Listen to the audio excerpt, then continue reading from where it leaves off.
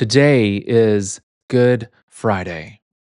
And that word good can feel strange when you think about what this day represents, because this is the day Jesus was betrayed and arrested, beaten and mocked, and then nailed to a cross and killed.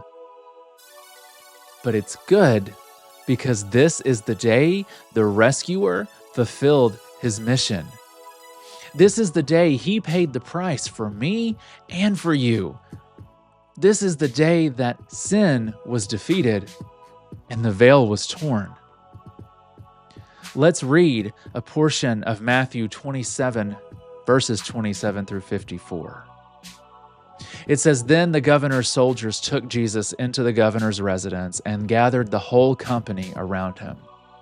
They stripped him and dressed him in a scarlet robe. They twisted together a crown of thorns, put it on his head, and placed a staff in his right hand. And they knelt down before him and mocked him, 'Hail, King of the Jews!' Then they spat on him, took the staff, and kept hitting him on the head. After they had mocked him, they stripped him of the robe, put his own clothes on him, and led him away to crucify him. As they were going out, they found a Cyrenian man named Simon. They forced him to carry his cross. When they came to a place called Golgotha, which means place of the skull, they gave him wine mixed with gall to drink. But when he tasted it, he refused to drink it. After crucifying him, they divided his clothes by casting lots. Then they sat down and were guarding him there. Above his head, they put the charge against him in writing, 'This is Jesus, King of the Jews.'" A little farther on in this passage, "From noon until 3 in the afternoon, darkness came over the land. About 3 in the afternoon, Jesus cried out with a loud voice, 'My God, why have you abandoned me?' But Jesus cried out again with a loud voice and gave up his spirit. Suddenly, the curtain of the sanctuary was torn in two from top to bottom. The earth quaked and the rocks were split.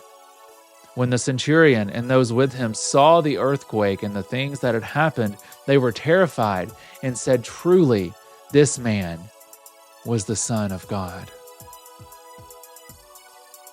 This is the moment.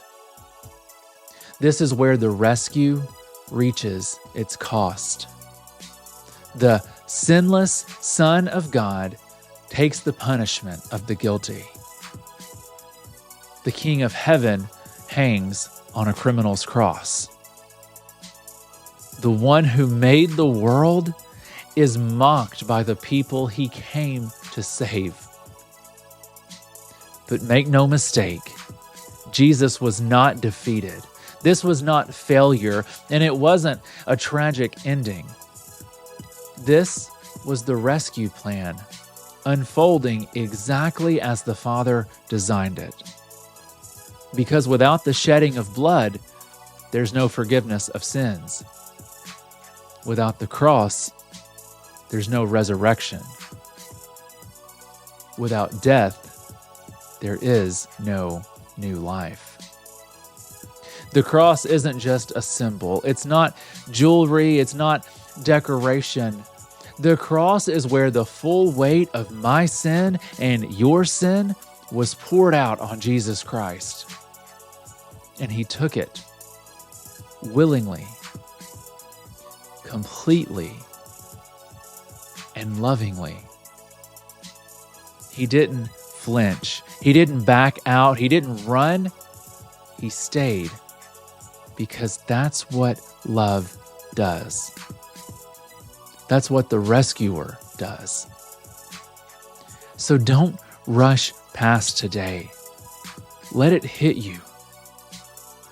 Let it break your heart and also fill it with gratitude.